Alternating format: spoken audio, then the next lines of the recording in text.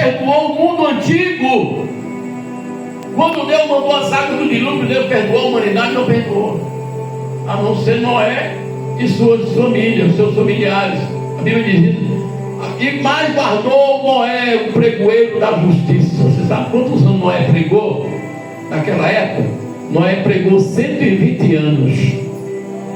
Essa palavra que eu estou pregando hoje. Mas ninguém acreditou em Deus. Aí Deus sabe o que fez? Noé, pega tu, faz uma arca, entra tu, teus filhos, tua esposa, aleluia, porque, olha só o que diz aqui, ó. Mas guardou Noé o pregoeiro da justiça por mais 7 pessoas, ao trazer o dilúvio sobre o mundo dos ímpios. Deus não vai perdoar. Quer ver outra? A palavra vai dizer aqui, ó. E condenou a subversão à cidade de Sodoma e Gomorra, reduziu as cinzas e pondo-as para exemplo aos que vivessem impiamente. Deus destruiu Sodoma e Gomorra por quê? Porque era uma cidade pecaminosa.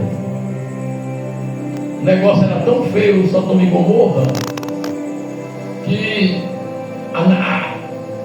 o mau hálito do pecado subiu as narinas de Deus. E a Bíblia vai dizer o quê? Que ele deixou, por exemplo, para os que querem viver impiamente. O ímpio, que não quer saber de Deus, Deus também não perdoou, irmãos. Agora eu lhe pergunto: será que Deus, aleluia, vai nos perdoar se nós queremos viver dissolutamente? Queremos fazer aquilo que pensamos, que dá na telha? Será que Deus vai nos perdoar, irmão? Porque, aleluia, eu desobedeço a palavra, eu não quero viver conforme a palavra. Se eu não seguir cada letra desse livro, irmão, Deus não vai me perdoar. Meu irmão chegou para mim e disse: pastor Valdir, está tudo mudado, pastor, não é mais assim não. Isso aí era antigamente. Eu digo: aonde? Hebreus capítulo 13, versículo 8. Jesus é o mesmo Deus de ontem, de hoje, eternamente. Ele não mudou. Por que eu vou mudar? Eu posso mudar alguma coisa acerca desse livro. A Bíblia diz, irmão, que isso aqui, ó, Paulo diz que é, aleluia, já está fundamentado. Ele diz assim, ó: se esse é um anjo no meio da igreja e dizer assim: para, não é mais esse evangelho, não, é esse aqui que eu vou mandar agora.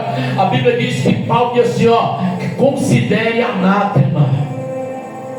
E o que é anátema, pastor? Considere essas palavras desse anjo maldição. Paulo foi mais profundo ainda. Ele disse: se eu pregar um outro evangelho acerca daquele que já está fundamentado, considere anátema. Meu irmão, isso aqui é pedra de alicerce. Essas paredes estão, aleluia, fundamentadas em pedra chamada pedra de alicerce. Ela não vai mover daí não, a não ser que a gente arranque e tire a primeira parede. Foi feita em cima de pedra. Esta palavra é pedra. Pedra é fundamento. Ela está fundamentada.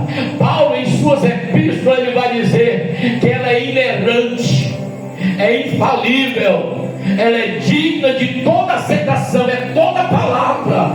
Não muda, irmão. Se o evangelho não muda, mas a igreja muda. Nós estamos mudando. Por quê? Porque estamos acompanhando os tempos. Nós estamos seguindo a rotina do mundo. Mas a Bíblia diz que eu não sou mais desse mundo. Como é que eu estou seguindo o mundo? Eu estou querendo viver como ela. Eu estou querendo viver como o mundo. Deus não vai nos perdoar. Quem está compreendendo a glória a Deus, dá uma linda salva de palmas para Jesus. Essa daí foi para mim, eu quero para Jesus. Mais forte para Jesus. Deus não vai perdoar. Olha só, Deus livrou o justo Ló,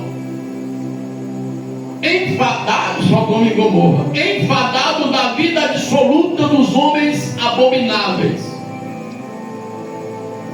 É interessante, né, irmão? Como tem sempre um justo. A Bíblia diz: porque este justo vivia todos os dias com a alma justa, pelo que via e ouvia sobre as suas obras injustas. Ló, aquele quando separou-se de Abraão.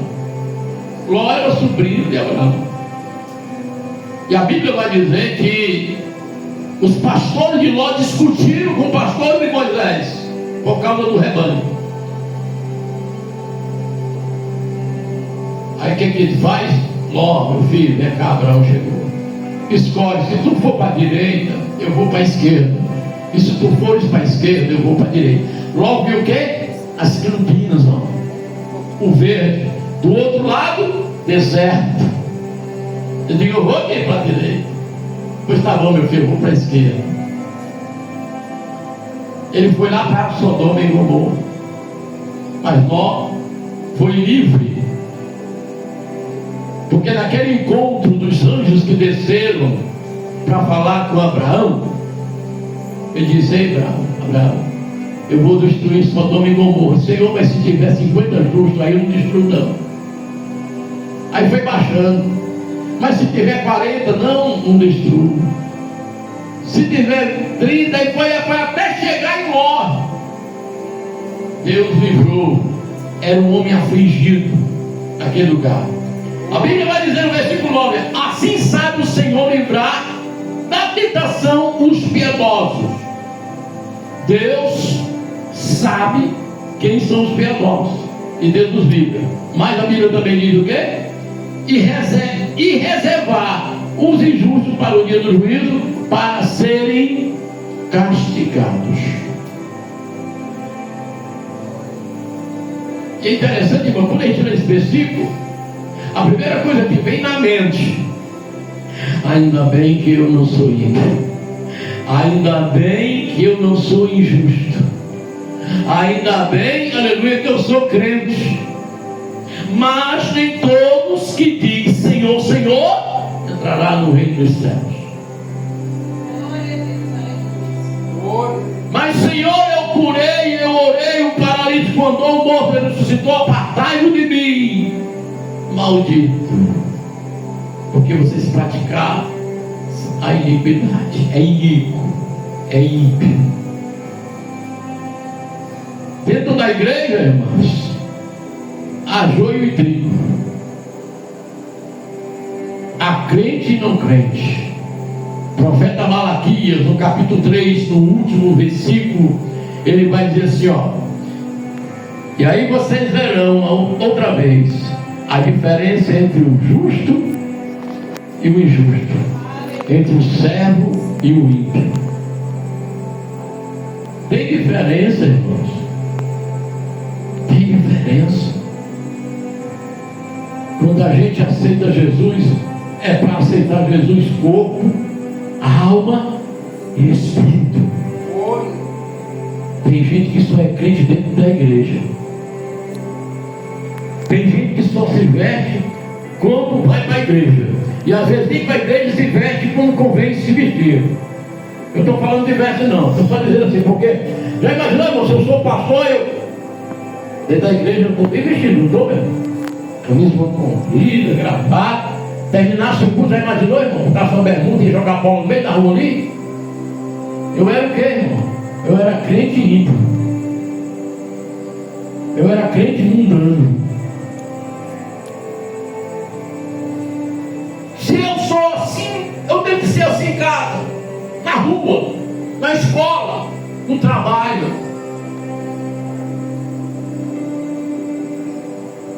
Porque senão, irmão, você pega de surpresa. E quando as pessoas têm mestres, doutores, pastores, que estão na condição da carta da epístola de Pedro, que é enganador, aleluia, que são fingidos, que são pessoas que persuades, têm poder de persuasão, aí você fica desviado dentro da igreja e não sabe. Nesses últimos tempos, irmão, qual é a igreja que está pregando santidade? Qual é? Qual é a igreja que está pregando a libertação? Qual é o ministério, aleluia, que está preocupado, aleluia, em levar o rebanho para o céu. Não tem ninguém mais não, sabe por quê? Pastor, é século XXI, pastor, não tem daquele jeito mais não, ei.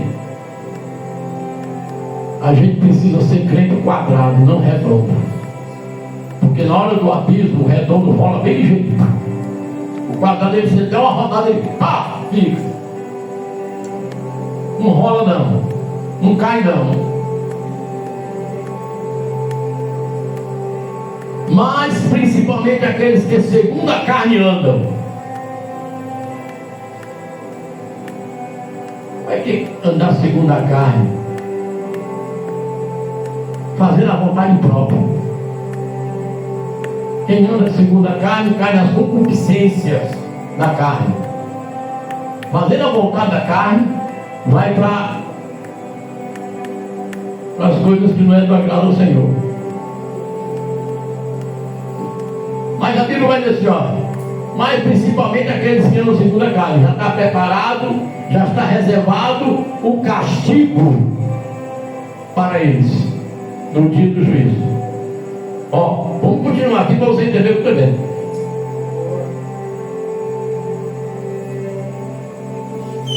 Mas está reservado para os injustos no dia do juízo, para serem castigados.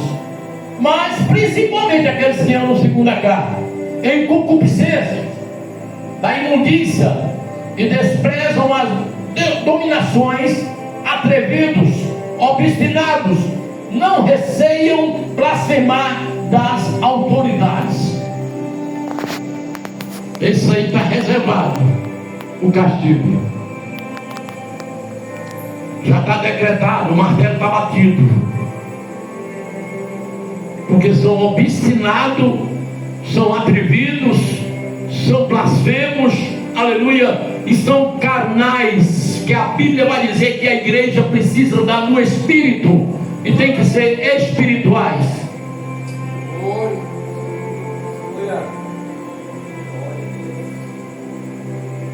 Ora, enquanto os anjos, sendo maiores em força e poder, não pronunciou contra ele juízo, blasfemo diante do Senhor. Onde é que está escrito isso?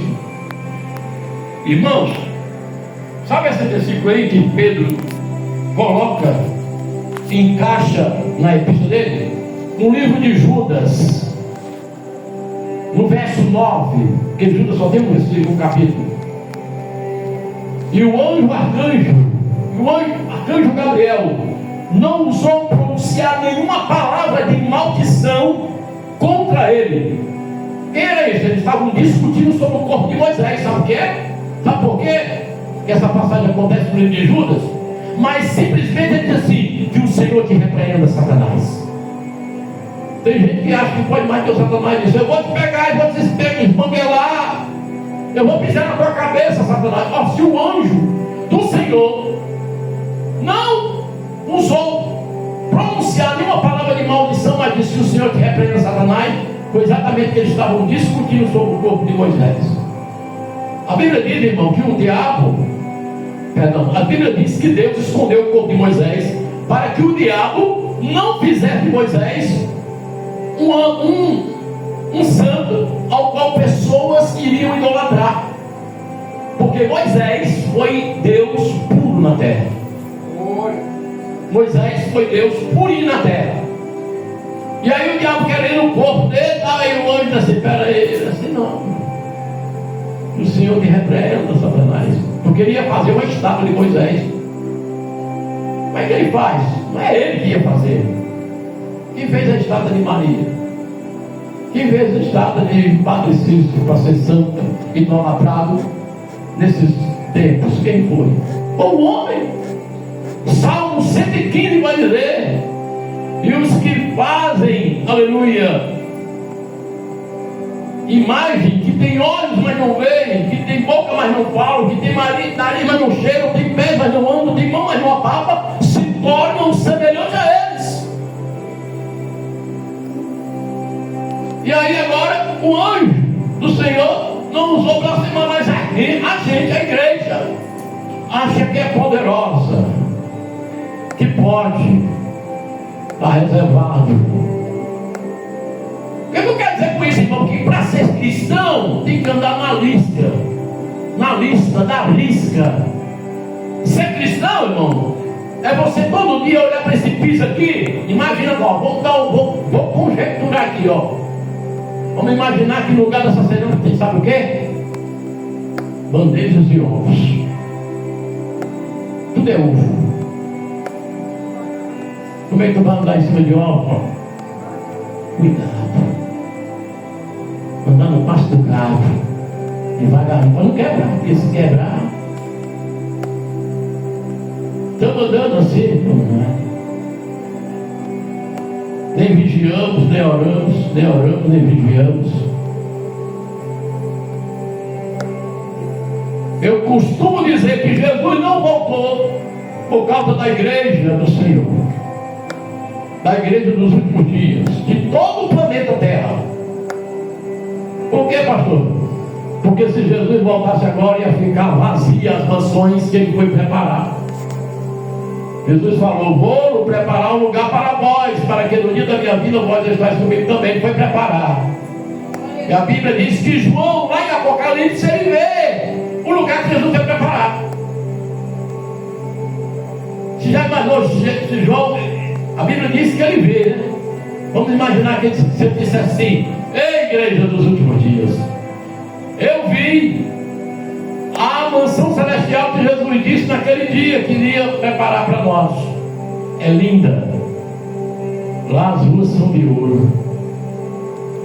Ei, os muros são de cristais transparentes, né? Cristal é transparente, mas eu quero dizer transparente para você entender, são de cristais,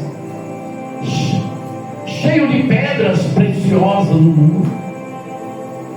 Eu vi o trono, e lá no trono tem lá um rio que passa.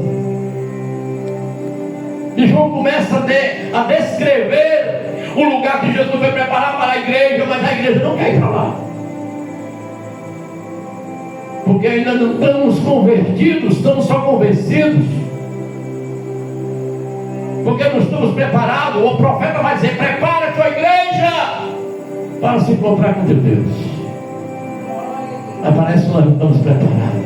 Aí Jesus está demorando, já faz 2026 anos que Jesus veio à terra e não voltou ainda, porque se ele voltar, eu posso até imaginar que Deus já chegou e disse: tá bom, filho, vá buscar o povo, porque senão vai se acabar, não vai ficar ninguém. Aí Jesus é misericordioso: ô Pai, só mais um pouquinho. A Bíblia vai dizer, irmão, no livro de Mateus, se eu não me engano, 24, verso 14, eu vou abrir aqui, pode ser que eu esteja enganado, mas vou confirmar. Mateus 24, 14. Mateus, capítulo 24. É esta mesmo. E este evangelho do reino será pregado por todo mundo em testemunha a todas as gentes, e então virá o fim. Mateus 24, verso 14. E este evangelho, aleluia, do reino será pregado em todo o mundo, em testemunho a todas as gentes, então virá o fim. Ei, esse Deus é muito sábio. Ele não deixa nenhuma brecha, nenhuma laguna, para que quando eu chegar diante de Deus, diz: Senhor, eu não ouvi, ninguém pregou para mim. Ó, está aí, ó. Será pregado em todo mundo, para todas as gentes, então virá o fim. Será que está muito longe, irmão? O evangelho já foi pregado demais em todo mundo. É tão verdadeiro o evangelho que lá nos Estados Unidos tem igreja evangélica que se prega. Está lá na União Europeia, está cheio de igreja em todo mundo. A facilidade pela internet, que eu estou pregando aqui, quando eu colocar o vídeo, aleluia, no YouTube, por exemplo, todo mundo vai ver. Mas ninguém está acreditando. Preferimos o evangelho facilitado, aquele evangelho que diz assim, ó, vinde como estáis e continua como está. Não dá. O evangelho é transformação. Eu sou testemunho que o evangelho é transformação, porque quem era eu?